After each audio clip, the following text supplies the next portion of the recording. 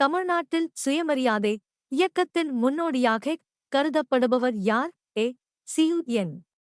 அணிந்திருந்தார். B. E V. Ramasamy, Periyar. C. K. Kamaraj. D. V U O. Chidambaram Pillai. பதில் B. E V. Ramasamy. Periyar. Hindi எதிர்ப்பு போராட்டங்கள் முதலில் தமிழ்நாட்டில் எந்த ஆண்டில் நடந்தன? ஏ. 1925. பி. 1937-40. சி.